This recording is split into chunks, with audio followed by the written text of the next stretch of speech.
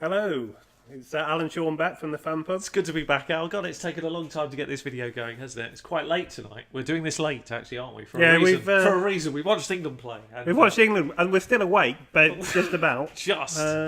But it was the result England needed. So anyway, moving on, because it's NFL that we're here for, so this is much more exciting. They don't play for draws in this sport.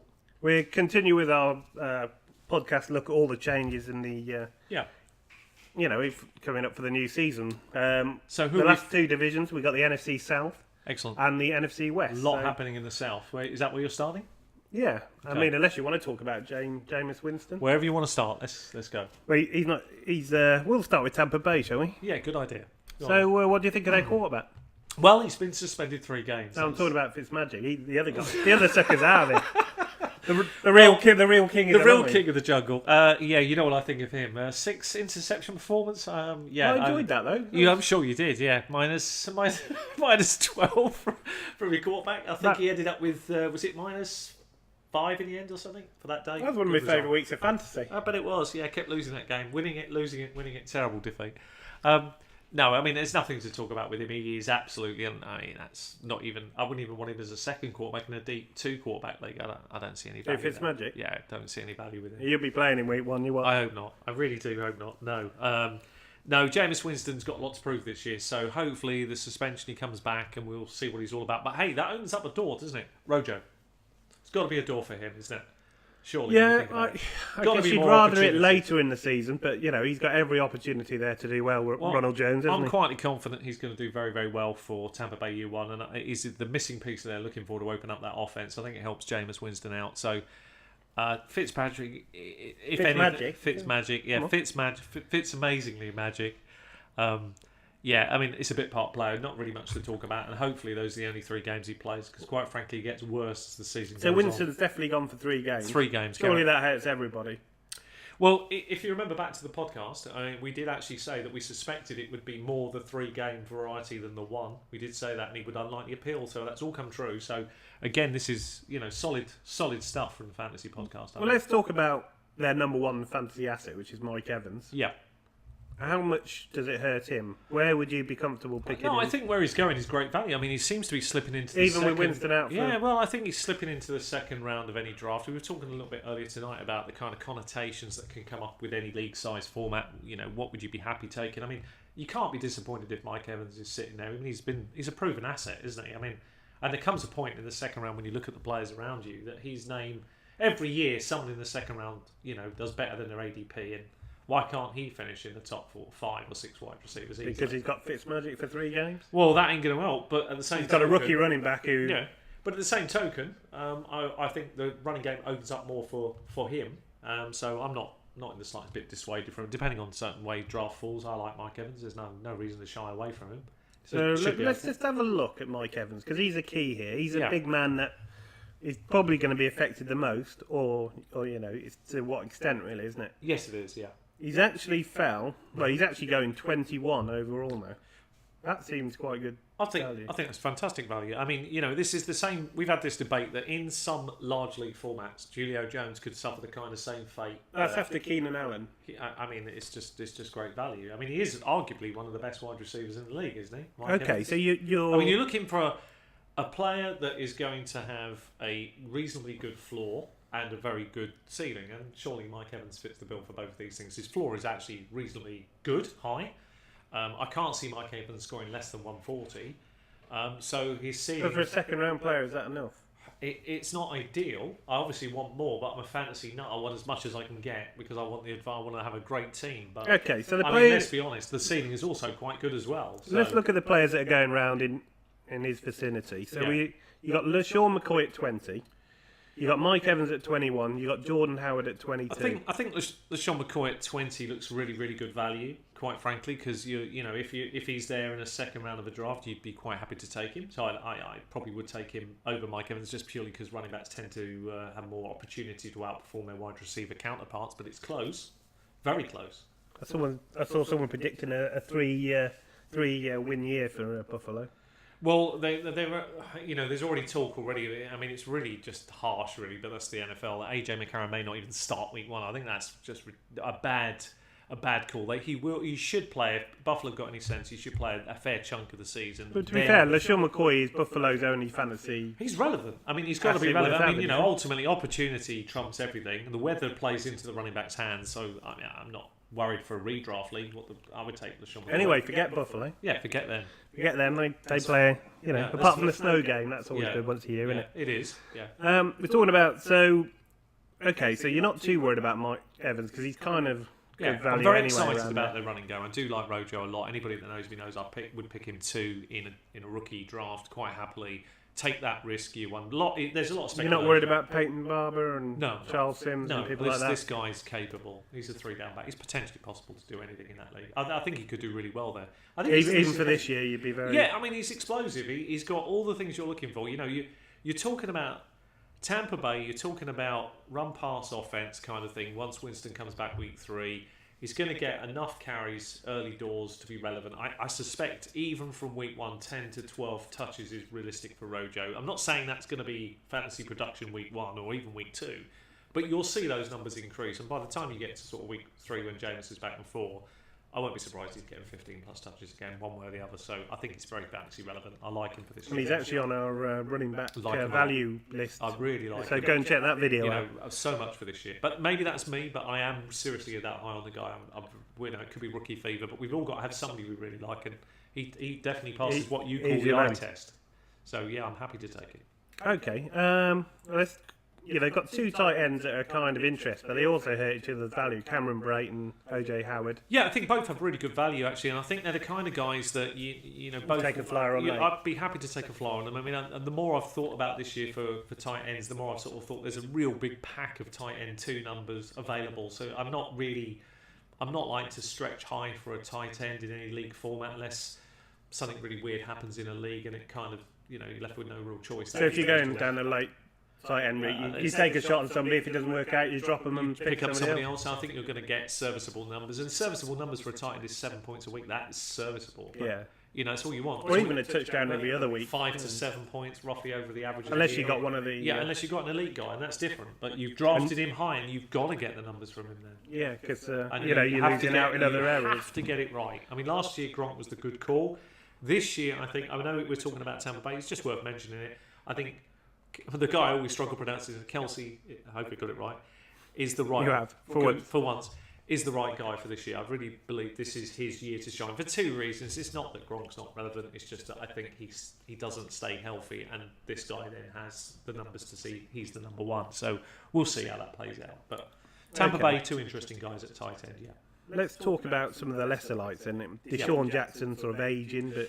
Yeah, he had a great chance last year, I felt, and didn't do enough with the chance out. So then Winston wasn't great last year. No, he wasn't. No, but I just we saw some doses of Fitzmagic last year. I've seen All or Nothing. We saw the programs about Tampa Bay. And we saw all that stuff about and they look quite interesting. He looked very much up for it. Deshaun. And I was kind of almost when you say things like that, almost bought into the hype, and I nearly almost thought in one league, yes, I'm bloody glad I followed my hunch and realised no. Same applies this year. No, there's no relevance here. I'm not buying into it. Late, yeah. If he's really, really late, of course, he's a wide receiver too. You take a chance, but you're looking at a player that will not give you any consistency. So 1 week, yeah, he might be great, but for the rest of the year, maybe 7 weeks in a row, you're not getting anything or very little. So I'm not buying into it. No, nothing at all for me that interests me there. Me neither. I mean, one player they have talked up in pre-season, Jameis has mentioned it. A few of them mentioned it that he's making plays in camp and he could take a big step up, and that's Chris Godwin. Yeah, I can believe that. They're using words like superstar. You're a fan of him. I'm a fan of him. I always like to hear the camp news. If someone says, if I'm taking a punt on a player in those later rounds, just for upside, he's definitely one on my list. Yeah, definitely. And he's got to be at the right price. I'm not overreaching for him. I'm not overstretching. I'll follow his ADP. If he's there, he might be one of the best players around at that point. Yeah, I would take a stab at him, 100%. And here's a guy they've signed as a right guard. He's a rookie. Yeah. Cole Boozer. Do you know a lot about the Boozer? Very little. Little. Very, very little. It's called Cole Boozer. I like the name. It's a great name. So, you remember him? You definitely would, yeah. I mean, there's not much more to talk about with Tampa Bay because it's kind of a weird team. No. Unless you want to talk briefly about Peyton Barber. Has he got any late? Well, he has third down. He's still early doors. He has value because I think they're going to still use him in the third down critical situations. I think they'll still use him a little bit. But I think we've got to see what Rojo's capable of in the NFL, and I really do, because he's so electric with the ball in his hands. I kind of feel in third down situation where you're looking, there are situations where you can be third down and 10, third down and 15, third down and 20. He's not going to get you that, but Rojo could if he's out in space. So, I mean, that's what I'm looking for. So that's why I think he becomes... What annoys me on third and long, a lot of times you saw the little... dump off pass. Just dump off past the running back and see what you can pick up. Yeah.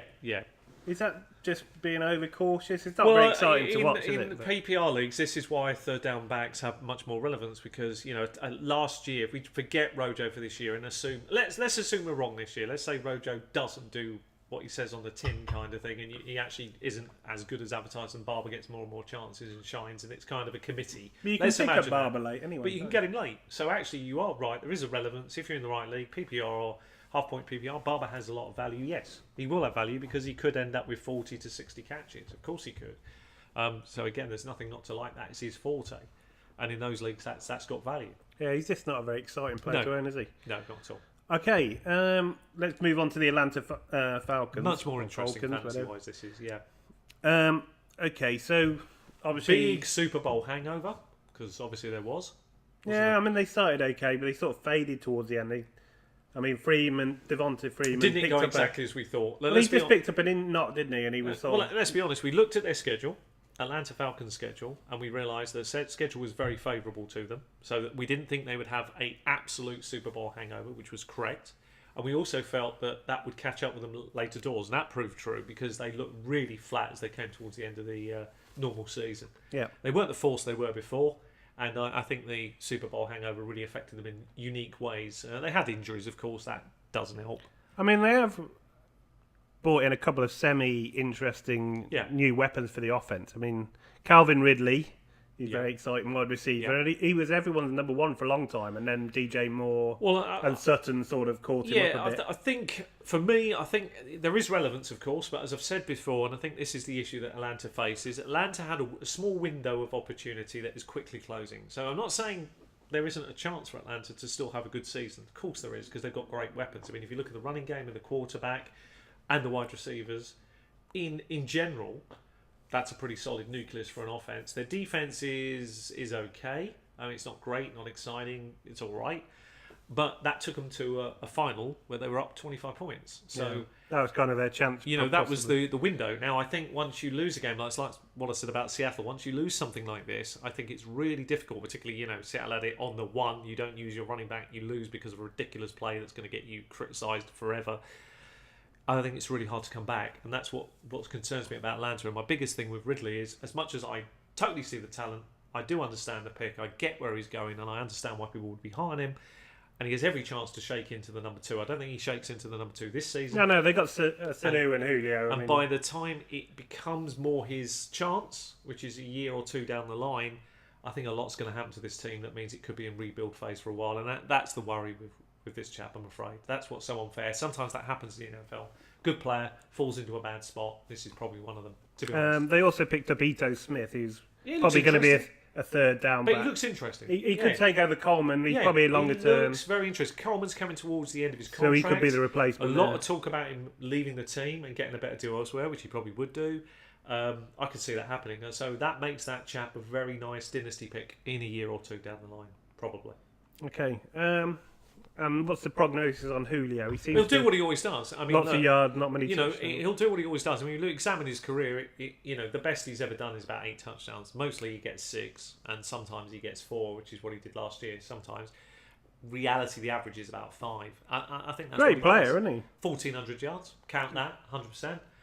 5 touchdowns is still fantasy relevant, but it isn't round 1 relevant, which has always been my problem. Now, if he falls into the second round, that's fantasy relevant. Well, he will be. He is a second round player. So for me, that's fantasy gold. I'll be honest, that is fantasy gold because you can't turn that down. That's just fantastic value. He's been so consistent, hasn't he? I don't know. I think he's a bit more up and down these days. Do you think I really so? do, yeah. He's still got 1,400 yards last year. Just looking where he is actually going. Do you think? I mean, last year's performance was still very strong, wasn't it? 1,400 yards. Yeah, but they were sort of big games and not so big games. Yeah, you raised. He wasn't consistent. Which no, you're right. He's going 11 overall at the moment. We'll have to have a cup of tea. That's very British of me. I'm going to have to do it. My throat just went there when we were talking about Julio Jones. But I've never... He's a player... You know what? All the years that he's been in the league, I've never drafted him. That's sad, isn't it? He's never been a player I've drafted. I don't know why. Just a bit of news coming out here. Yeah, Someone saying Darius Guy's unlikely to start week 1. Unlikely. Yeah, that seems a bit odd. Yeah. We'll talk about that at the end. Maybe they'll throw Pirine in. Who knows? A bit odd, I think. Yeah. We'll see. Okay, come to news at the end, yeah. Yeah, so Julio, he's consistent. He's going at 11. Look, he'll still get you good yards. If he slips into the second round, that's good value. That's fair to say. If he's in the first round, I'm hesitant. I think he will slip to second round in a lot of leagues. And I'm happy to take him in the second. I just won't take him in the first. There's just not enough production for me to be happy. Second is okay, but there'll probably be other players I would take ahead of him. Mohamed Sanu? I hate the guy. He throws for a few touchdowns, doesn't he? Yeah, I know. He's not exciting, though, is he? No, it's nothing really to talk about fantasy-wise. I mean, you end up having to, yes, his ADP is very favourable. Yes, that's fine. But really, you're looking for upside. He's not giving you it. Now, Freeman is obviously interesting. I mean, he was a first round on everyone's board. He had 2 fantastic years. He got 200 plus points. Got a bit banged up, and he hasn't been quite the same. And it's a bit unfortunate. Has he got the capability? Yes. Could he? Possibly. Do I believe in him? I am kind of starting to get a bit more edgy as draft is getting closer. That I'm a bit more. There are other players in that second round I would take ahead of him. He is going second round. But I have to say, there comes a point in the draft where 19, he's still worth having, isn't he? He's still worth having. I'd be happy taking him at 19. Yeah, because you may already have a very. He's had back-to-back 200 plus points. And not many wide receivers made that. I think only 2 of them. No, that's right. And he's definitely a 3-down back. I mean, you watch him. You're getting him at the end of the second, probably, maybe even third. He's a very capable player. He had, there's very good reasons why he didn't get 200 points last year because he was banged up. The floor is very, very high with this guy, and the ceiling ain't bad either. So, yes, you would take him at that point in the draft. Now, this is what we're talking about when we talk about second round players that outperform. He's more than capable. You wouldn't mind him, certainly. And Tevin Coleman? I like Tevin Coleman a lot. I mean, I'm a big fan. More so in PPR leagues. Yeah, more so in PPR. But I still like him because in those big leagues, in the smaller leagues, sure, you'll have other running back 3, 4 that you've got ahead of him. Of course you will. But in a big league, he could be your number 3. And that's what he's the kind of player that is interesting. And if Devontae Freeman is banged up, you'd rather own one of them and not both. And if you're not prepared to pay the high price for Devontae Freeman, then this guy can be had at round about, is it round 5 or 6, depending on league size? That's pretty reasonable for him. He was the same last year. And I think he delivers on that each year. It's not, the ceiling isn't very high. The floor's not too bad. Yeah, because unless one of them goes down, and then you obviously can't bank on that. But no, I'm happy with him. Yeah. Okay. Matty Ice. Very good 2 years ago for that Super Bowl run. Very solid professional. Good player to draft. If you're not going for an early quarterback, he's pretty solid. I don't see any problem with him. Going a lot later this year. I'm happy to own a player like him. My plan isn't to get an early one. I always say either strike early or last. I don't mind him in a team. I mean, he's going to deliver reasonable numbers, and the team around him offensively is still strong enough to deliver some good numbers from game to game. They've got the dome in their favour. They've got all the things that you look for in some teams. I think he's QP 15. Happy with that. So below Jared Goff. Yeah, very happy to get Matt Ryan. Why wouldn't you be? I mean, he's more than capable of being that, isn't he? I think so. Yeah, I definitely think so. That. And he's proved it before. He's solid enough. Matt Schaub. Well, pro, obviously, steady professional, backup.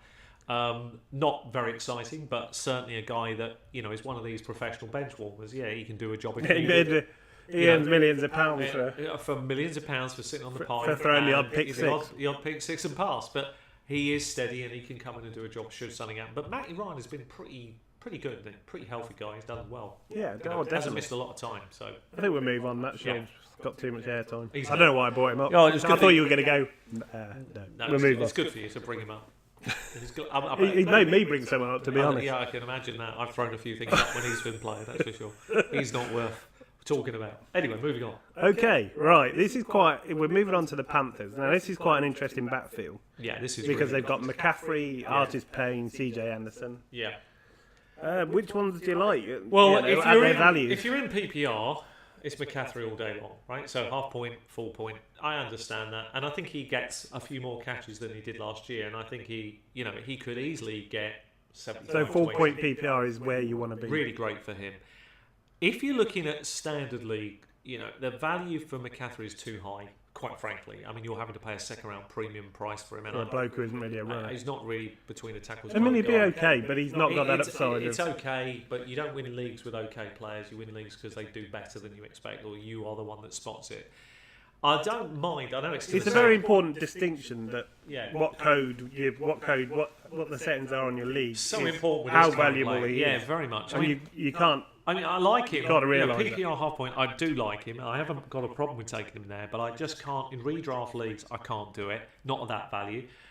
CJ Anderson, I think for this year, I've never been a fan, but you know what? In standard league settings where you're talking 6 points for a touchdown, he's the kind of guy. Look at the kind of opportunities he could have to vulture when you're talking about Cam Newton. Don't you think he's a similar player to Jonathan Stewart?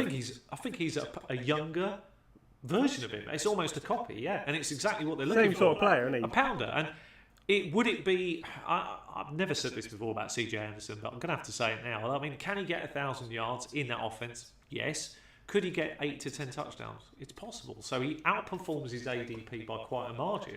I don't know about I think he could get 800 yards. Well, the touchdowns he could. That's 80 fantasy points. Do you think can he get 10? Possibly. That's another 80. He could get the touchdowns. So there's 140. Given his ADP, that's very, very good. Could be pretty sneaky value. That's good value. But the trouble is, this could develop into a weird committee, and that's the issue with it. Well, the trouble is that anyone who's Jonathan Stewart knows that Cam Newton steals a lot of his. I mean, nothing more frustrating. He's the interesting quarterback because he's another one of these that sort of never goes high, never goes low. He's about in the middle of the pack of the quarterbacks. No, I think he's more higher than that. Well, he's not a 4,000-yard thrower. It'd be 5 or 6, wouldn't he? If you think about it, right? So, I mean, all I'm going to do is I'm giving him the case for, okay, rather than the case against, right? But I want to just. It's QB5. See, for me, that's too high. 57 overall. Yeah, it's too high. Just above Ronald Jones and Royce Freeman. It's too high. Who are you taking out of them? I'm still taking the running backs. I'm taking Lamar Miller. He's a bit higher. Rojo. Lamar Miller? Yeah, I'm taking Rojo over there. So will Lamar Miller then? No, I don't want Lamar. Okay. But I'm taking the running back. And here's why, because I can get a quarterback that probably gives me similar or better numbers later on than Cam Newton. Because Cam Newton is a 3,000 roughly yard passer. Roughly. 3 to 4,000. Roughly. And maybe 600 to 800 yards and touchdowns sprinkled in. Maybe. And that's... Of course, his yards could be very reliant on the new rookie sensation wide receiver, DJ Moore. Yeah, I like it's a good offensive fit. We've talked about him in our videos. I do like the fit in there. I think he'll be relevant year one. Not gold, but where you're getting him is good. And I think he could be really good. And he could be wide receiver 1. And in a large league, this is a very good value where he's being picked. It's fantastic value. You can't go wrong with that because the upside is, as you rightly say, big. So I have no problem with that. So yeah, he will be interesting. Just gonna have a look where he's going. I'm a little bit worried that if we think about him, I mean, let's talk about 133. Yeah, let's talk about. Let's just go on before we really get into him yet. Let's go through the other wide receivers. What do you like? Is there anything about them that's redeeming to you? Do you like? Well, Devin Funchess, he was pretty solid last year. Yeah, I mean, he's a converted tight end, so yeah, he was pretty solid. Curtis Samuel's thrown the odd glimpse. Torrey Smith's going to be the speed guy, the old Ted Ginn replacement. That's my concern with DJ Moore, because as much as I know he can operate out of the slot, there's no one there to stop a good corner come and pressing him. Yeah, do you see what I mean? And it depends how good he is. Well, he's going to have to be bloody good playing in the slot. He's going to have to be amazing to stop these guys cheating up and taking that away. So I think... Well, what I've seen, and this is the only thing... He's a very hit and miss pick, I think. Well, this is how... He could be great. A lot of people say, and I think this is relevant, right? So I got asked the other night, somebody said to me, because they were coaching a British football team, and said, listen, Sean, have a look at this footage. How would you take away... Because one of the things that's working very well in the British game is teams that have quickly picked up on the run-pass offence. Yeah. How do you get around that? This is just as relevant in the NFL, and this is exactly what the NFL is doing, if you look at it carefully. How do you get around that? You play man. So the way you get around run-pass offense is everybody has a man, right? And so that means that when you understand that, you're not fooled by the hand. You're not even looking at them. You're only interested. You got a quarterback spy. Yeah, you're only interested in the player that you're meant to mark for that play. So that takes away a lot of the success of the RPO, and that's what a lot of teams. But then they'll just look for a mismatch, won't they? That's what happens. Now, this is where DJ Moore has a problem in this kind of scenario, because I'm not saying every team will think that way. But I put my best corner on a guy like this because I want to make sure at the line of scrimmage we slow him down, right? And we make sure that's how we play. And that creates problems. That means maybe Cam Newton gets more running yards, maybe he does this, maybe he does that. I'm not disputing he's been very consistent, very, very good. And let's be honest, he was on a lot of championship winning teams last year, quite frankly. So, I can't knock the guy. He's very solid, but the only thing is you're picking him at a very, very high premium. I mean, they got Greg Olsen back as well this year, and Ian Thomas, who's the rookie tight end. But I mean, Greg Olsen, they didn't have him all last year, so he's another option. So he's pretty reliable tight end, isn't he? One of the best in the league when he's fit. It's the fitness that's the issue. I do worry again about the premium price you pay for a Greg Olsen. I prefer the pack of chasing tight ends myself. But everybody's different. His price will have dropped, with a year off. They always tend to drop. They do. Anyway. But it's up to you. Whenever you think to pull the trigger again, it's one of those situations. Tight end, depending on the league size and format and what you're trying to do, I'm quite happy to wait. We'll see what happens. I did last year most drafts. What's your feeling on Devin Funchess? I'm not convinced yet. I need to see at least one more season in before I really make up my full mind. I like to see the wide receivers get sort of 4 years in, and then you've got a good steer as to direction. Are they constantly growing? Have they dipped? What kind of form you've got? I'm still not completely convinced on him yet, and that's what worries me about Carolina. I can see Cam Newton having another Cam Newton year. He's going 67, it's very high. Quite high, isn't it? Very, very high. I don't think I'd be buying him at that Too high point. a price for me. Again, that's another player that I get it, I understand it, but I'm not there yet for that kind of price.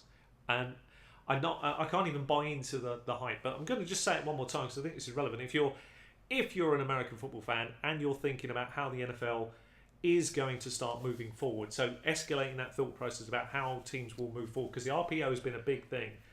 They're going to move more into man coverage, and you've started to see that. If you look really carefully at those last few games last year, a lot of teams started realising you don't try and play for it, you play man coverage, and if you get the right... They play a lot of run-pass option in college, don't they? But if you play that correctly, it takes that away, and we're moving. You'll see the NFL change again. There'll be a new way of looking at things coming forward. It's like anything, you have years. It works for a while, and then teams adapt, and that's what you'll see happen this year. Yeah, you find a way to counteract. A lot of ways to do it, but it requires a good team because, as you say, could be mismatches on man-to-man. It can be much harder sometimes. Right, now we're on to a very exciting team. Yep. The New Orleans Saints. I think cool, lots of weapons, lots of things to talk about. Well, I mean, where do you want to start here? I mean, Zach Line? Maybe not. Maybe not. Yeah. Drew Brees. Obviously declining, right? There's no doubt in my mind that Drew Brees is declining, which may surprise people, but the truth is, like I highlighted last year, it's like Tom Brady. Yes, he's still relevant. Yes, he's still a great quarterback. He will still be great this year. I don't think you have to pay the price he once had to pay for Brees, which is great. He is dropping away, which is nice. He's got a very exciting team around him, which means that he doesn't have to throw the way... 65 overall, QB7. And I think that can be a little bit inflated, QB prices, because not everybody will pull the trigger at that point. They will often wait on the QBs, often fall way outside their ADP ranges. So you might find you able to get him a round or two later. And that's perfectly good for me there. That's the kind of range you want, round 7 or 8 in a small league. Maybe beginning late, great value, isn't it? Value. You know what you're going to get from him. He's a very much a good proven quarterback within the exciting team, and to be honest with you, that's what you want. Are there players around him who can take the ball to the house? Absolutely, there is. Breeze is solid. He knows what to do. He reads defenses really well. He's at the end of his career, towards the end of his career, within 1 or 2 years of it finishing. Is the arm strength decreasing? Yes, it is. Savvy enough to get around it at the moment. But the way their offense is set up, it's a lot of running backs. Yeah, doesn't matter. Just little screens. Let Arvin come on, get him in space. That's all you got to do. Okay, well, let's move on to the running backs then, because they're both quite exciting. With Mark Ingram for the wrong reasons. He's obviously missing the first 4 games. So yeah, it's a big deal. I mean, I guess who's the main beneficiary of that then? Well, do you think it's going to be a kind of where one of these other guys who they brought just in for a short period of time is going to benefit? Because I do. Well, the head coach, Sean Payton, literally came out and said that. He said we won't be using Kamara more. No. Do you believe it? Is that... Well, no, I think what happens is... You're telling me the game's on the line, they're not going to throw Kamara in? Kamara gets an uptick of 3 to 4 touches a game. He's got to, for that period of time. He's got to, and maybe more. So I think if you just run the game out, you might see some Boston Scott, Jonathan Williams, I mean, I think Jonathan... Terrence West, if I had to make a guess about the kind of player they'll use to take a bit of pressure off out, it's Jonathan Williams is ideal for this. What about they just signed Terrence West as well? And again, that's possible. It could be either or. It's either or. It's one of them guys. I don't think Boston Scott or not at this stage. It's possible. It depends how he comes but on. It's a short-term fix till Ingram's back, and then that makes Ingram very good value. Where's Ingram's current ADP? Just so we know, and then we can really talk about the players individually. Let me have a look. You think he'd be falling a little bit? I think. I think he'd be falling a little bit, wouldn't you? You would hope so. I mean, given the news, 51. So he's sandwiched between Tom Brady and Golden Tate. And let's be honest, that that seems awesome value for a running back. I don't know. You're missing him for a. You're missing a long length of the portion. You got 13 weeks to make the playoffs. You're missing and 4 he's games. missing nearly. So you're missing him for a. Yeah, but if you've already got a solid team, you've got him, and he comes back and he plays well. Yeah, but it means you've got to have contingency plans. Yeah, it's not easy in large leagues. It's easier in a small one, much harder in a bigger league. That really makes it very high priced. Yeah. Small league, I can buy with the price. A larger league, I'd be probably. I mean, if you have no injuries, it's fine. But if you're running back, one goes down, and he's your running back too, you're being paid. You're staring down the barrel early. You're right. I mean, in small and that's what you got to think of sometimes. It's league size will be the big difference. Alvin Kamara proved brilliant last year, but I have to. Is there any chance of a sophomore? Of course, absolutely. I mean, you're paying what ADP 7 is it for him, Alvin Kamara, roughly? I'd say that's about right. That of course, there's a chance of a slump. I mean, he's only done it one season, and he's not a traditional 3-down back. So you couldn't even argue that the volume is there. You can't say volume is there. A lot of his plays came from very big plays. A lot of that production. Yes, he was brilliant all year, and he did it nearly every game, and it was exciting watching him. Of course, there's a potential of a slump, and there's more so because Ingram isn't in the mix. Because those first 3 games, what do? You key up on the guy you're most fearful of. Yeah, so they'll have a plan to combat. They're going to let you. Okay, you've got your whoever it is, Jonathan Williams, or whoever, Terrence West comes out of the pack to. Because opposition coaches are going to know his strengths, and he's the one they're going to. You're going to want to. You have to spy him. So the first thing you do is you have to spy the guy. So you have to have somebody who's got to follow him. Your linemen are going to. If he's going to come through the line, you're training everybody to go to the ball carrier, obviously, but you'll have a spy, and the idea with the spy is to make sure you are covering the area of the field that he is going into. Do not make a mistake, because if you make a mistake and he's got one chance to cut you, he will, and he'll cut you to pieces because he's brilliant. Are you a buyer at 8? I think you have to be. I think the problem is you'd have to be a buyer because he is exciting and the talent is certainly there. And yeah, totally I saw enough last year to know that I'd be foolish to pass him up. But there are risks. There is a risk involved. But there are with every player. But everybody has those risks. We've got to believe that. Can Drew Brees still do it? Yes. Can they still do what they did last year? Yeah, of course they can. And Alvin Kamara is going to be a big part of that for this year. So absolutely.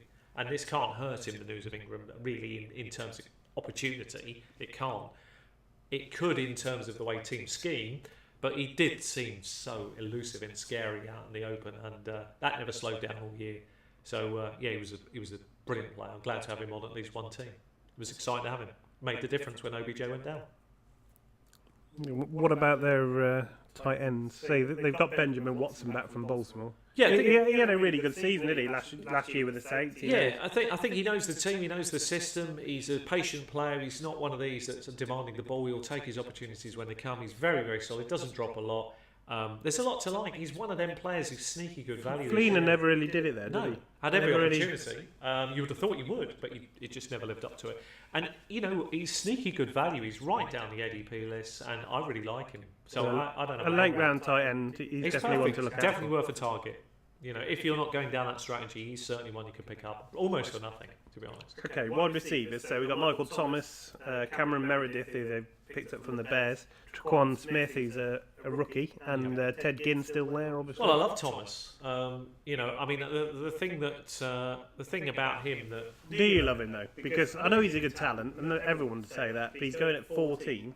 Well, that's too high. I mean, obviously that's too high. But so you don't love him, really? Well, I love the player. Yeah, because he does 1,000. But you don't love the AD. You don't love the ADP no, and value. I love the player because he's 1,000 yards and roughly 8 touchdowns. He does that, and he can learn. He's clearly intelligent because he can go into it. And he's really hard working. And well, that's what you're looking for in any player. I mean, he's learned different playbooks. He's proved he can bounce between different situations.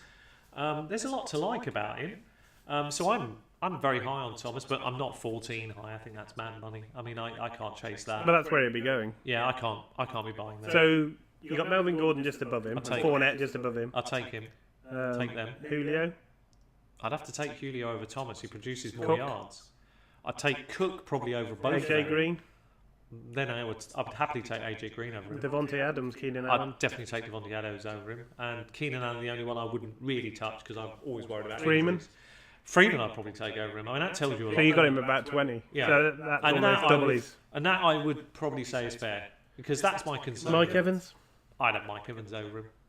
Oh dear. Well, to be honest. Now, would you? I mean, a lot of people might criticise that, but I mean, let's be honest. You're paying 14. That's a very high premium price for a wide receiver. I like him, but like you say, I think real value is about. You're looking for 200 fantasy points in a standard league setting. Forget other league formats for a moment here. You're looking for 200 from your first pick. You near enough have to have it because that's your anchor.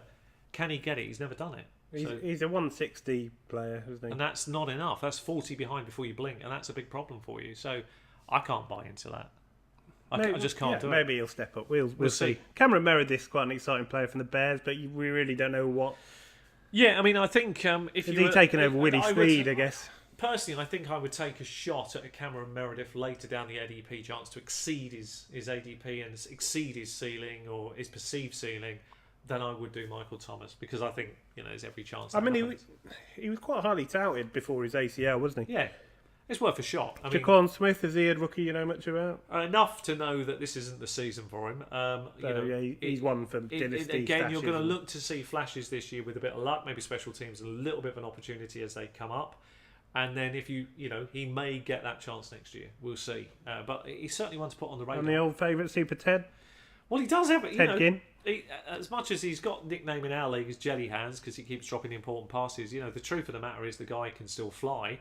The only problem is he's quite old though, isn't he? He's still got it. It's a bit like Deshaun Watson. They think maybe a bit like White Wallace. It reminds me of we've had some great sprinters over here. Like Linford Christie was 30 plus and still a great sprinter.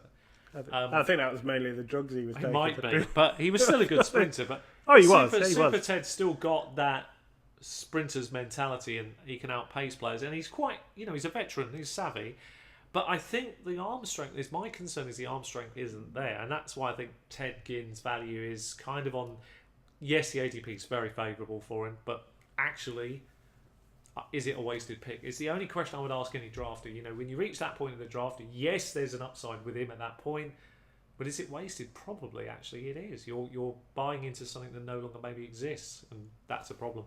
I mean, Ted Ginn, someone you can throw in and hope he has a big play, isn't he? Yeah, I mean that's a great player for best ball. I mean, he's the ideal strategy player for best ball. Yes, a bit like Kenny Stills. Happy to take him in best ball all day long because just occasionally there are those massive games. They've got a guard in the centre, two rookies. One's called Darling, which is quite nice, and the other one's called Clapp, which isn't so nice. Not so nice. Maybe, hopefully, you don't run into the Clapp. That's the key. It may leave its mark. Anyway, moving on. I think that's the sort of time to get out. NFC West. Let's talk about the Arizona Cardinals. Now they're a team that are going through a lot of change. Some of it quite exciting. Obviously, they brought in Josh Rosen. Sam Bradford, not so exciting. Well, Mike Glennon. This is the definition of Arizona is the definition of a few things. So the year before last, obviously we predicted David Johnson would be the number one in fantasy that year, and we got it right as a podcast, and that was an amazing. Well, we got it right. It's we were in it together. It was a good pick, and we got it right because we saw that year what the team had, all the pieces around them, and what they could do. The year later, neither of us was. We obviously got to take David Johnson if he's there because you're crazy if you don't. But I wasn't. It's a bit like Gurley this year. Isn't it? That's exactly where I'm going with this because I totally understand why Gurley goes number one, of course, and the opportunity will be there. But the amount of volume and touches and everything else that you can't mitigate. One thing you can never mitigate in fantasy is injury. But I really worry. My only worry for Gurley, I absolutely think yes, opportunity, yes, touches, everything is right for him to have a very, very nice year.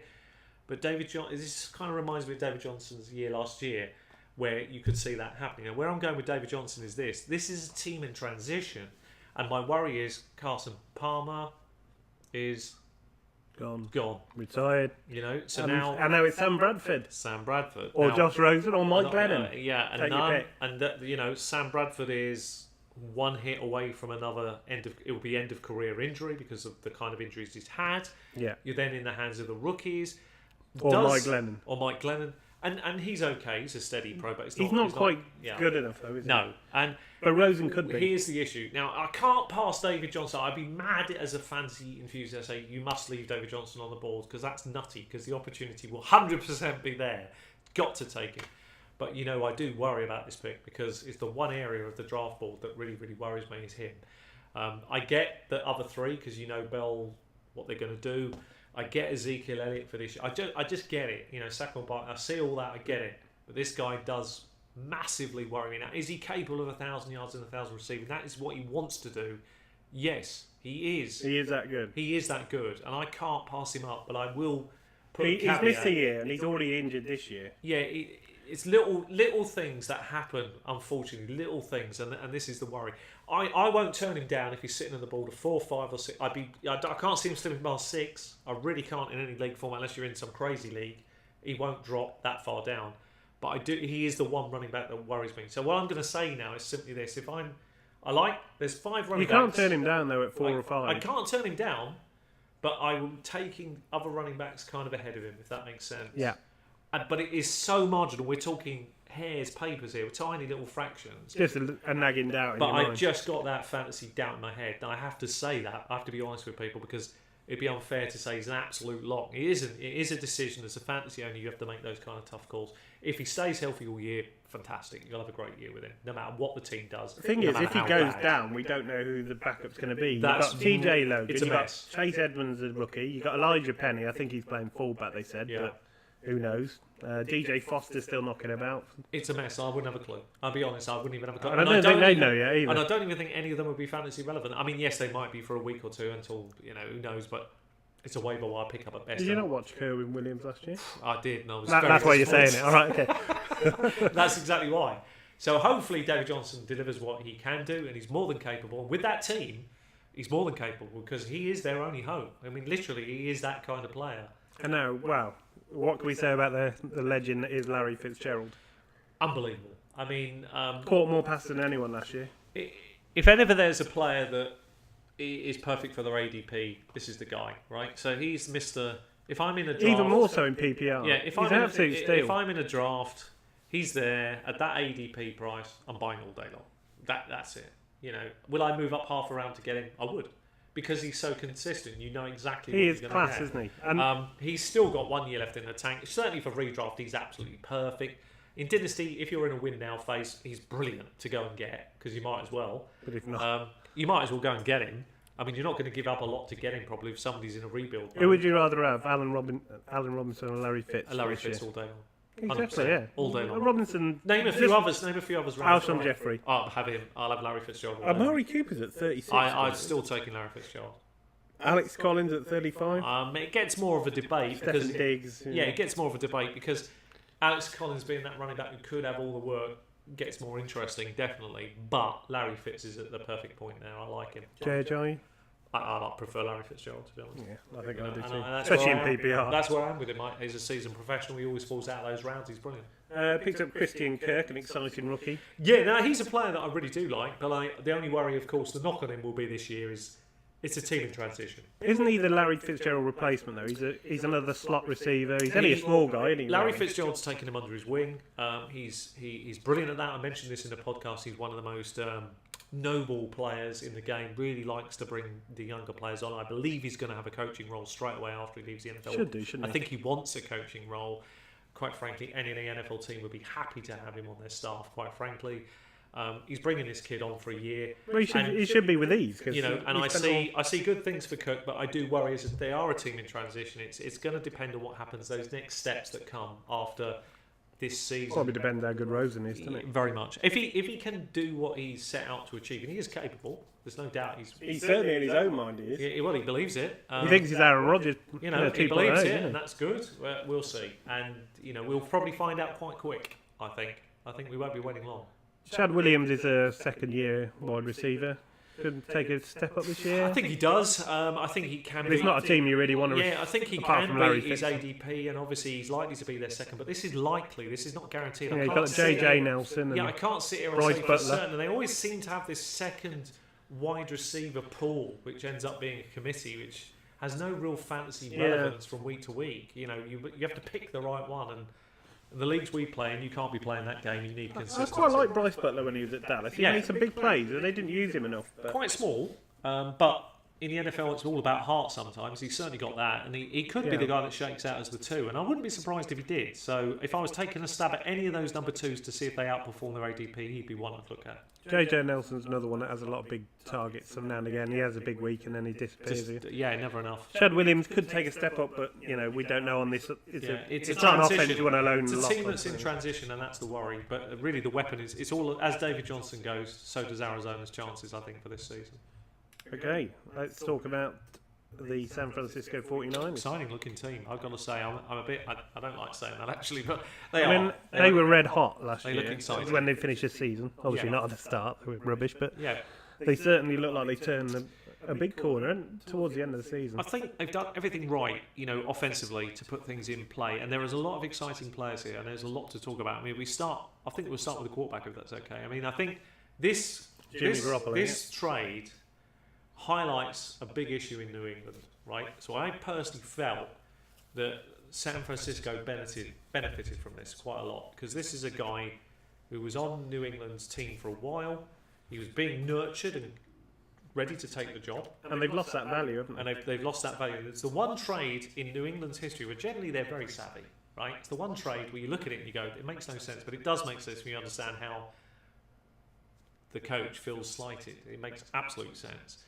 San Francisco have benefited from this, and I think we saw the games when he played, how he looked, and I have to be honest, I think he's very, very good value ADP wise. Okay, I really don't mind him. Let me play devil's advocate. I do like him for the record, but very small sample size. It is, and you looked at Osweiler, you thought he's actually a really good player, and then he. Look what he did with the Texans. Well, it's slightly different. I didn't like Osweiler, whereas with this guy, I do. Who doesn't like? Oh, everyone. Oh, yeah. I didn't like him from the beginning, but this guy I do like from the beginning.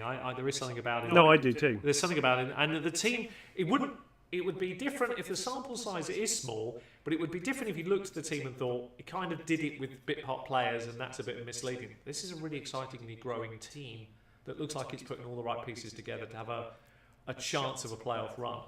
I like what I'm seeing building here. So I'm quite excited for their chance. I think he's great value where his ADP is. I like him in that second tier batch of quarterbacks. I think he's really good value. I think he isn't on anybody's kind of sleeper list. Everybody kind of knows about him, and he's kind of being circled as a fancy darling, really. So I don't think he's going to sneak under the radar. No, he isn't. He isn't. He could get overhyped because of very much. Because of the end of the season. Very much. And that's why the problem is the ADP will probably be too rich for my blood. But I do get it, and I do see it, and I'm agreeing with those people who spot that. They got two running backs that I like. Jarrett McKinnon and Matt Breida, but they're quite similar. None of them they're not big. They're not big runners. I think what this spells is a committee. Clearly, I think it's an exciting committee. You're probably 70-30 at least McKinnon, 80-20. I think McKinnon gets. He's a very interesting PPR player. McKinnon, brilliant for PPR. I think he'd be very absolutely interesting. Brilliant. He's just, a tad light for me for the 3-down work. I mean, I saw. So that's the worry, isn't it? Who's going to run? I saw a stat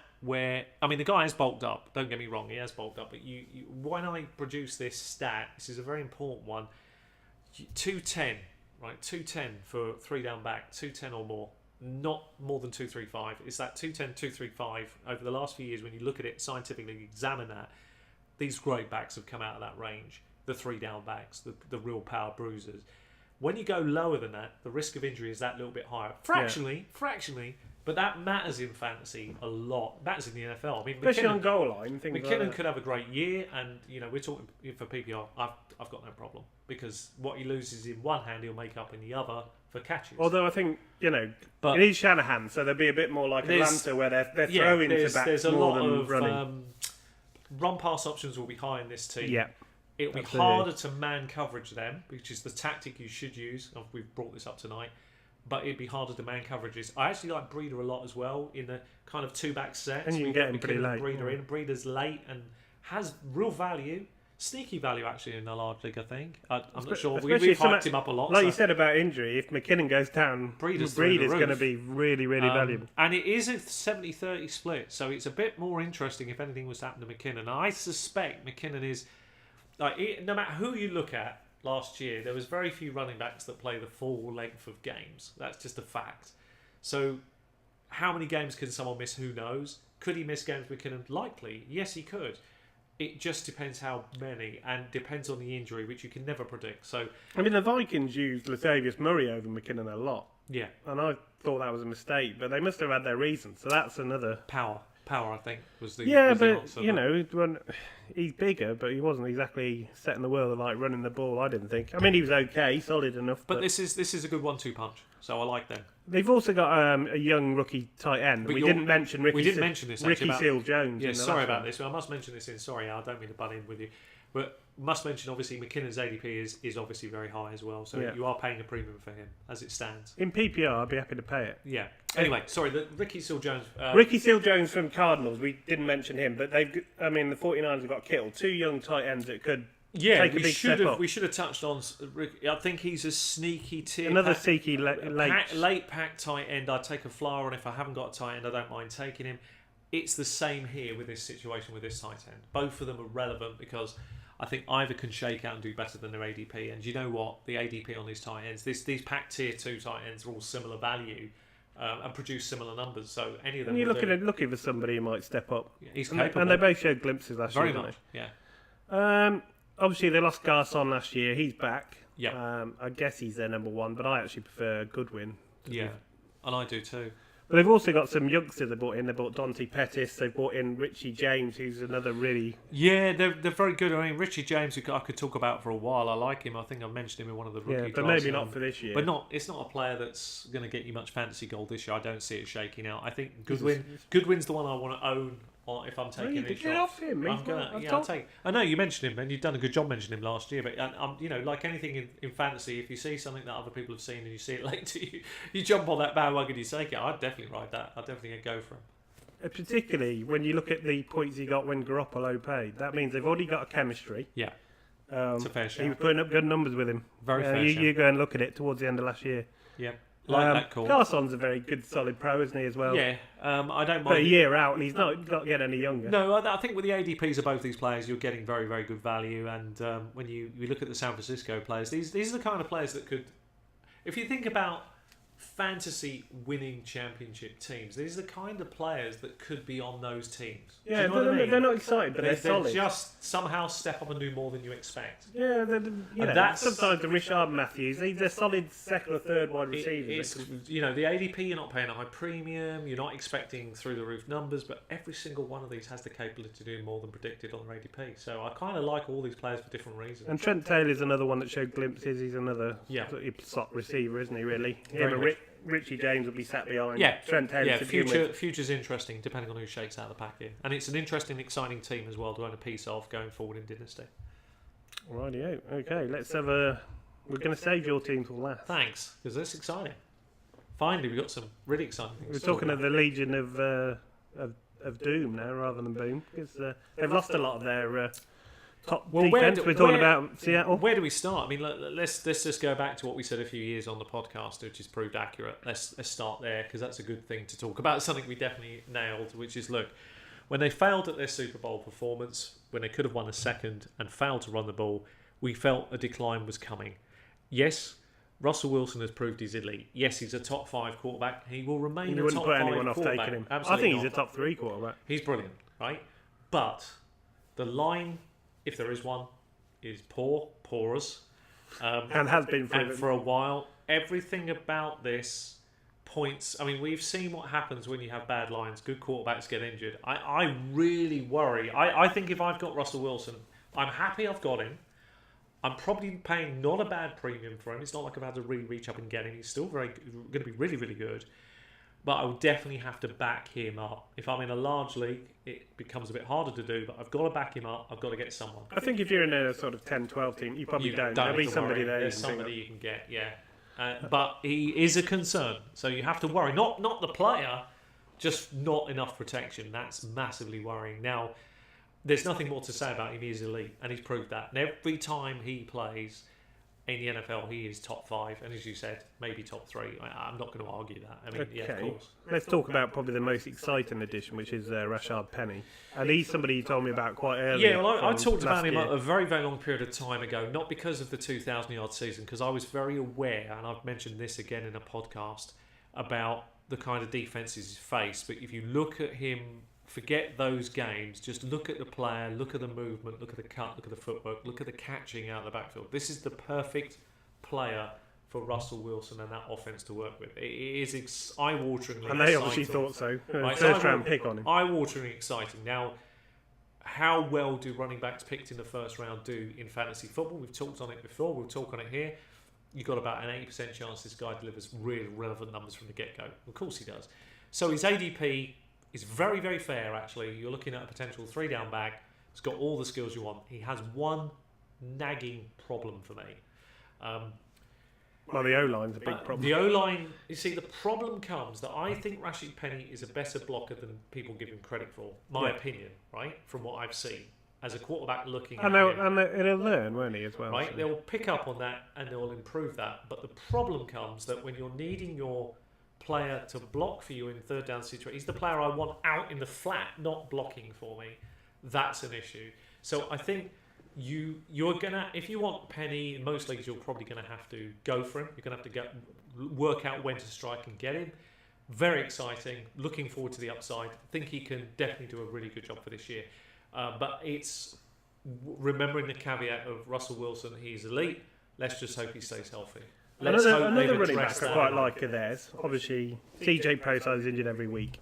But Chris Carson, obviously missed all last year. He's a good loan. Yeah, I mean, I think in bigger leagues, especially. I think if you're being honest, I mean, I'm not an advocate. I don't think you are either. We don't really like to cover running back, with or any player with handcuffs because you're wasting a pick. In small leagues, sure, you can get away with that. Of course, you can. Well, you probably wouldn't need to in smaller leagues. Above 14 or above size leagues, you really can't afford. It's one or the other. Now, if I'm taking a shot at a player in late, not the star, which is Rashid Penny, I'm going to target Carson. I'm going to take I like him Carson because he's a bench warmer, but there's a huge upside if anything happens. It's through the roof, and we've seen he's capable, and there's flashes of brilliance from him. So, and just what you hear coming from people they're like, apparently he's had another really good cap. He was really good last year. He got the starting job, didn't he? He's excellent. He's really He great. went past rules and late. I think he's the kind of player who, in the right circumstance, he's going to show that he's a capable player, and he could get a job elsewhere. Maybe if it's not with Seattle this year, maybe something happens and he manages to get picked up elsewhere eventually.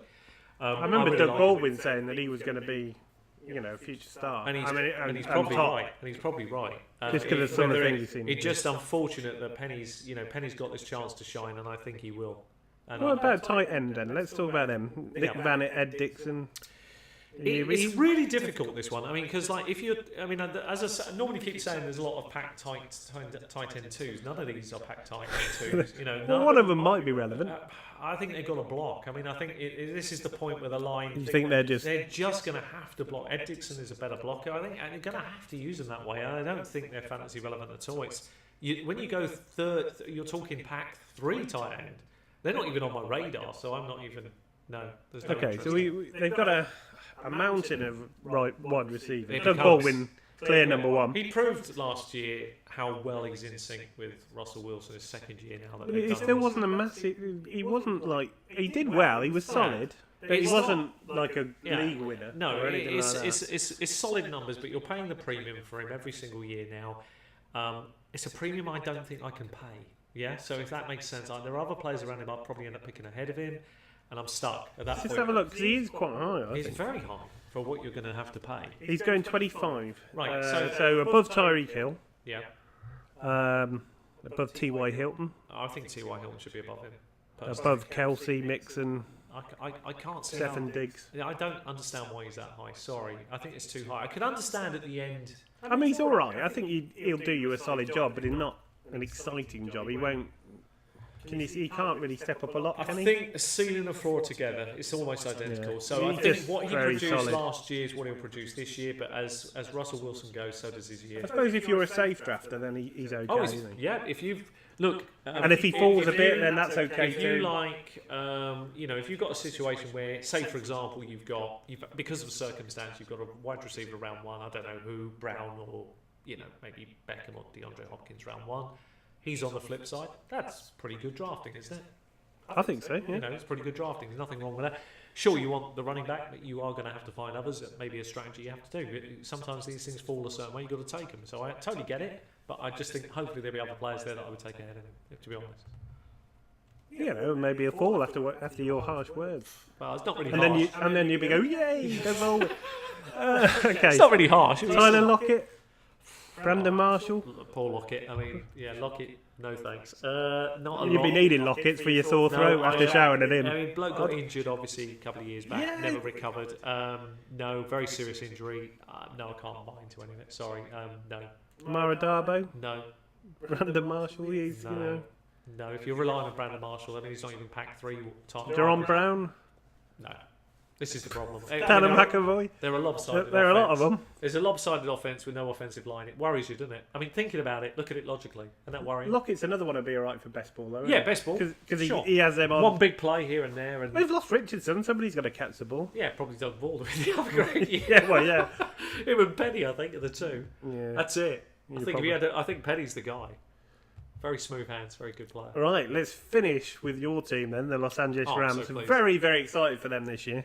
Yeah, maybe too exciting. That's the problem. I just like the way they're going. Well, I think the coach proved everything I thought about the previous coach, who was rubbish. And I'm delighted that the young guy... chalk and cheese. Yeah, I mean, I'm glad he came in. His approach is fantastic. If you've watched any footage on the way he approaches players, it's very psychological. It's very clever, actually, how he gets out of players more than they probably are capable of performing. How long that lasts is tricky to say, but certainly for the first few years, people will now be buying in. If you're a player and you were on the previous Ram squads, you are not a believer. Now you've got this guy in.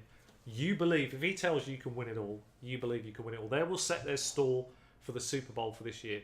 Are they capable of making the Super Bowl? Of course they are. They're a top 4 side. They should be foolish to think they're not. They can make a good playoff run. They've all the pieces. Everything is right for them to do that. They've done everything that you could hope to do inside, outside the draft to get quality pieces on your team, leadership tools, pieces that will work. There's always a risk. Chemistry doesn't always pan out, but you've got limited chance in the NFL before it falls apart. Look at the players they picked up. You go after it. Let's look at their defence. They picked up some key players there. We don't normally talk about this. Yeah. Dominican Sue, obviously. Fabulous. They've got Aaron Donald already. Fabulous. Dominant player. Marcus Peters is very exciting. Fabulous for them. That is a very exciting... Well, we've just talked... You see, the thing is, this is how McVay thinks, right? So I'm glad this is deliberate by design, actually, really, in many ways. I've been talking tonight about how the RPO's got to be played. It's man. McVay's already on this. And what's he got brought in? Peters. It's perfection. It's exactly if he can keep his head straight. If he can keep his head... I think he can. And he will buy into... and Aqib Talib as well. Everything about this team looks exciting. The defence is great. If you're thinking... there's a lot of good weapons in the Rams team. But the defence, if you've got defences, is a very good one for Lane. Which ones are Marcus Peters or Aqib Talib? They're both two really good corners, aren't they? Fabulous. You play man. Aaron Donald and you play man all day and watch them take it to the house. Watch the defence shine. That is a superstar defence. I mean, you're going to have a lot of fun. And they've got Wade Phillips, right? Who I think is, all right, he's at the very twilight of his coaching career, right? What a coach. He's been there and seen it. What a coach. I mean, if ever the chips are down, he's going to make the right play. If they're going after a game, they're going to harry you all day. If they found a chink in the armour, they're going to exploit it all day long. I mean, I'm excited to see what the Rams can do, and I'm expecting a top 4 finish. I'm expecting that. I'm expecting this in the championship game. Nothing less will do for me. You got the number 1 pick. Yeah. Do you take Todd Gurley?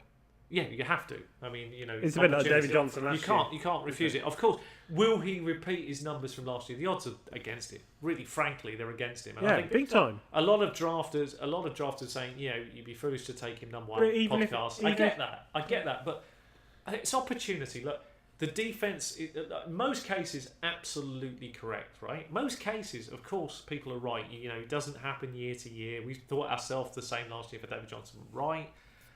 We didn't realise an injury would come. No one can predict that. That's not David's fault.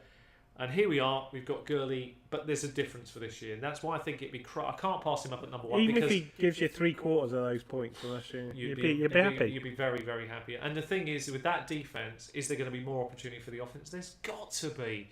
So what's not to like?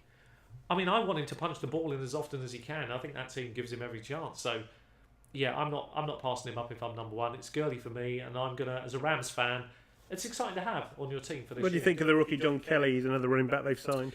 Yeah, I like it. He's a very interesting player for any league format. I mean, if you're being honest, who would be the Rams' number 2? I'd take a punt on this guy. Well, you got him. You got Malcolm Brown. I'd take a punt on this guy, John Kelly. He really would be so, sneaky value late. Just if you haven't got the top guy, a Kelly just for fun to sit on the bench and just see.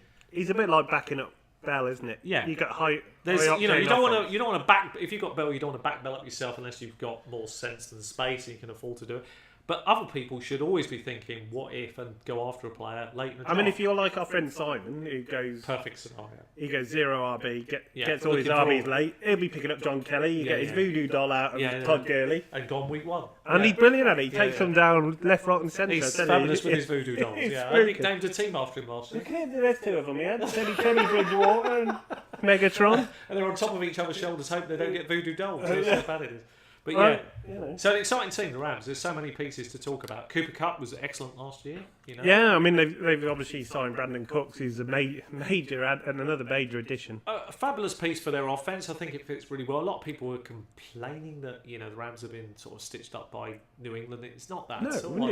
I mean the Rams are prepared to pay the price. You're talking about a 1,000-yard receiver who can operate short, middle, and deep. I don't think Rams did anything wrong. I think it's just very savvy business from Patriots. Yeah, absolutely. As you always expect. The Rams are going to go after what they need, and he's ideal for this. He's flaming annoying, but that's what the Patriots do, isn't it? That's what they do. But the Rams have done the right thing. This is a good player for them, and he's more than capable, and he's a really good value. Actually, I like his value. His ADP is for Cook, so I don't have a problem paying that. It's high, but certainly serviceable numbers at that point.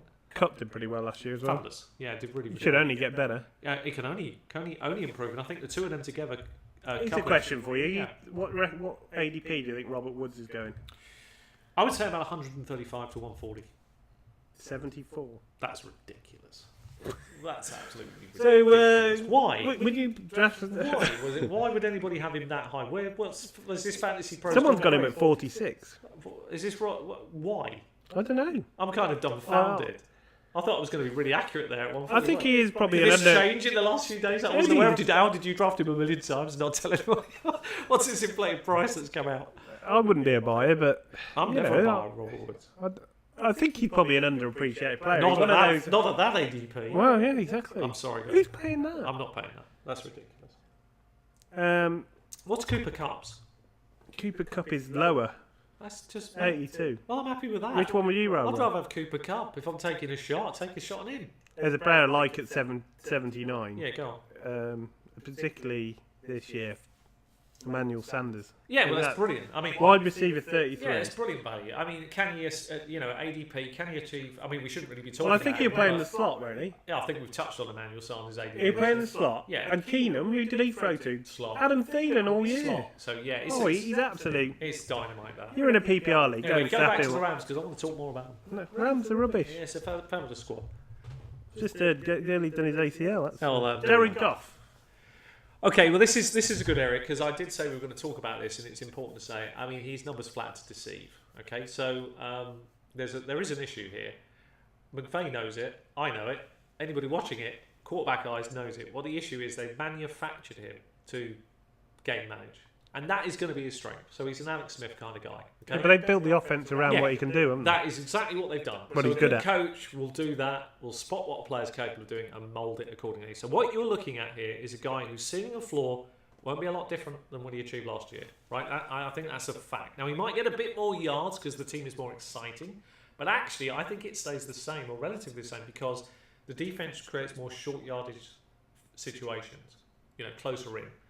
So I think it isn't that for this. So I just think you'll find he's pretty much, almost, not quite, at his ceiling and floor. So I think he might be being overdrafted. So Todd Gurley, you're happy with? Yeah. Jared Goff's middle, sort of tight, QB 15. Would you be getting him there? Yeah, that's fine. Yeah, that's fine. You're okay. Cooper Kupp, you're happy with? Yeah, very good. Robert Woods, you're not so happy with? Disappointed. I can't believe that. Brandon Cooks, you're quite happy very with? happy with. What about tight ends? Higbee or Everett? Higbee looks interesting. Everett will be the one that everybody drafts, but Higbee had some really interesting plays the year before the Rams became hot, and I'm not 100% sold on Everett yet. I think obviously he will be the fantasy darling. People will pick him late. He potentially can deliver tight end 2 numbers, but that's questionable. The Rams work a different way than a lot of teams. I'm not really probably going to be a buyer of either, if I'm being honest. So they'll probably be. It's They probably haven't got a player called Ivor. Yeah, You don't want to be buying him. Well, I think it's a tight end situation I probably will avoid. They have got they have got a tight end called Tamarick Hemingway. Yeah, I think we'll move on. Henry Krieger Coble. Yeah, no, I think and Johnny Munt. I think a lot of them will be gone with the 53-man bubble. I think we won't hear their names again this year. Joseph No Boom, he's a left tackle. No. Interesting. Goes well with Hemingway. No Boom. Yeah. I think you're a very exciting team, and I think you've certainly got a chance to have a deep run this year. Every time you have a team like this in fantasy, you have to grab it that year. This is not. You don't want to buy into the hype of dynasty. But unless you've got the right player, like Gurley, if you got him in your because you wanted him last year. You wanted him all the time, really, since his inception in the league. Even if he let you down 1 year, he's been a good player to hold on to. I'm very excited for the Rams. I like the defense. Everything about it is exciting. Greg Zerr, the kicker. I mean, you don't really talk about kickers, but what a leg! I mean, I'm not talking about kickers. Fabulous. He got injured. He's fantastic. His leg's gone. No, he's not. It's fantastic. He's Greg the Peg now. His leg's gone. Yeah, I'd still take him.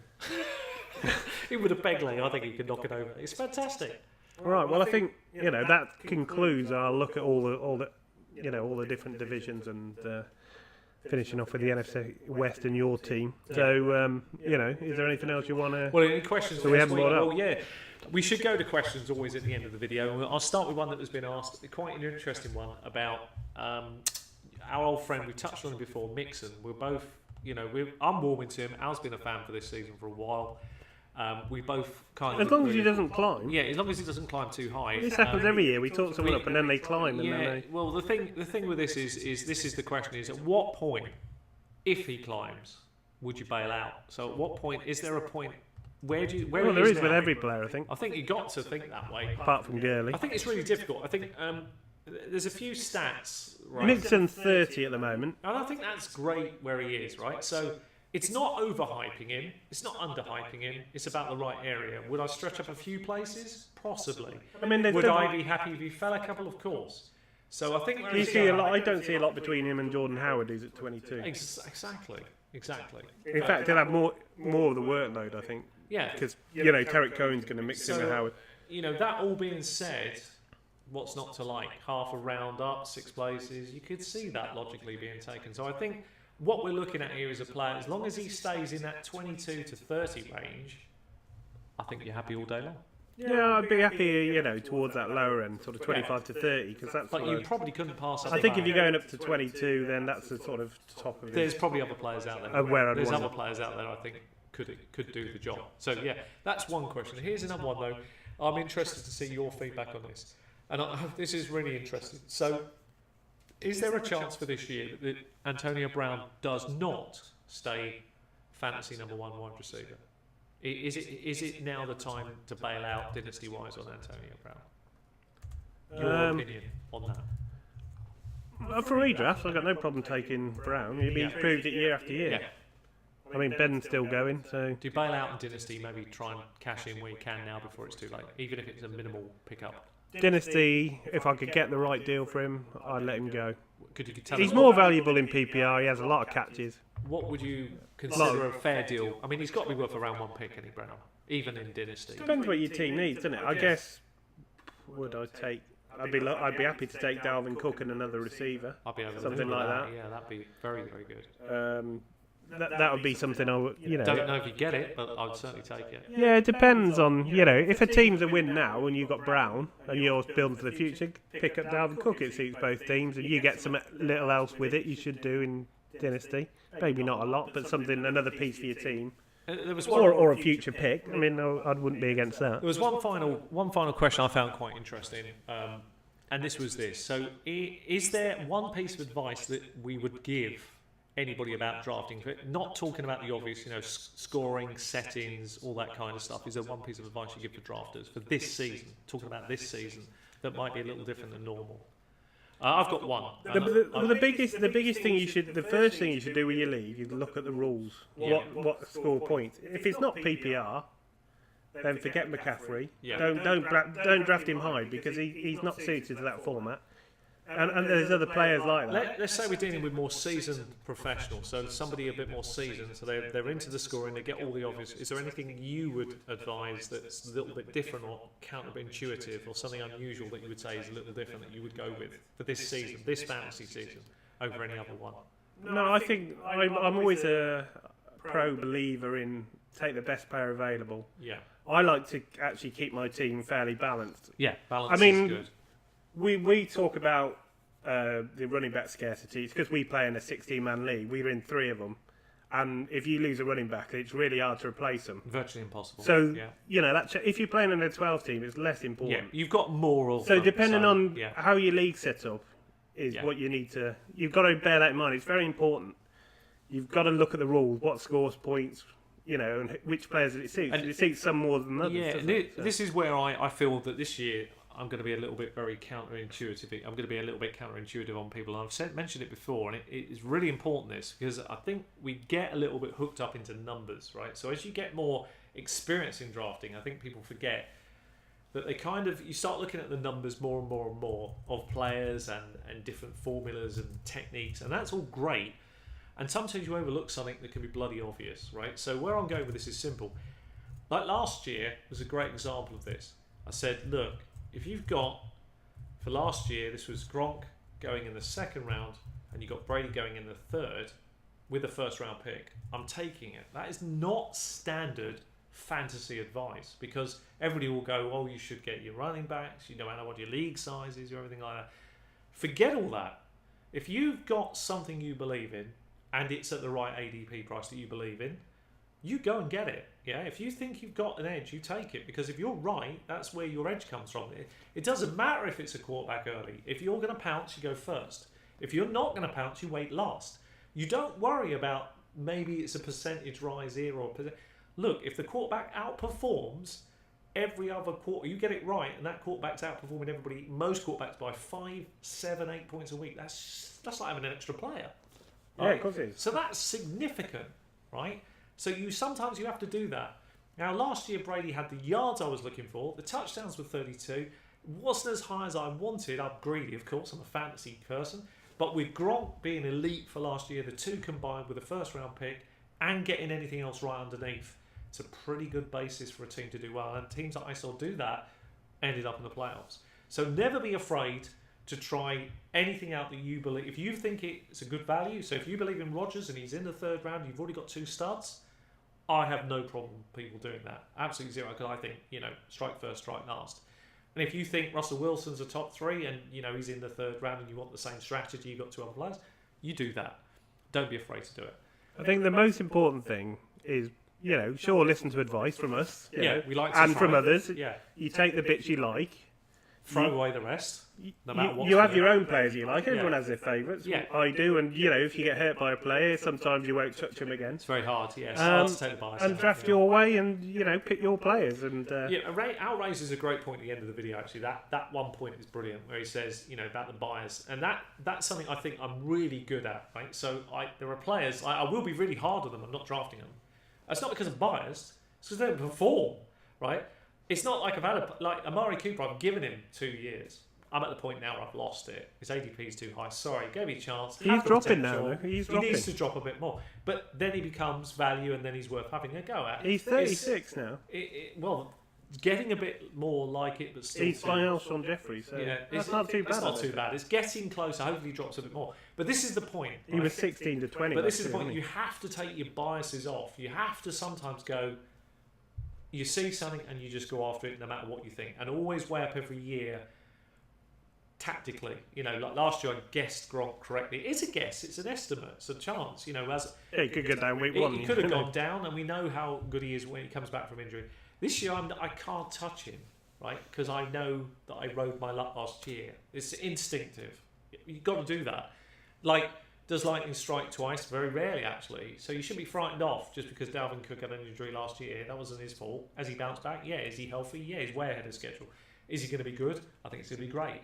I'm not scared off of those players. Never put your bias on.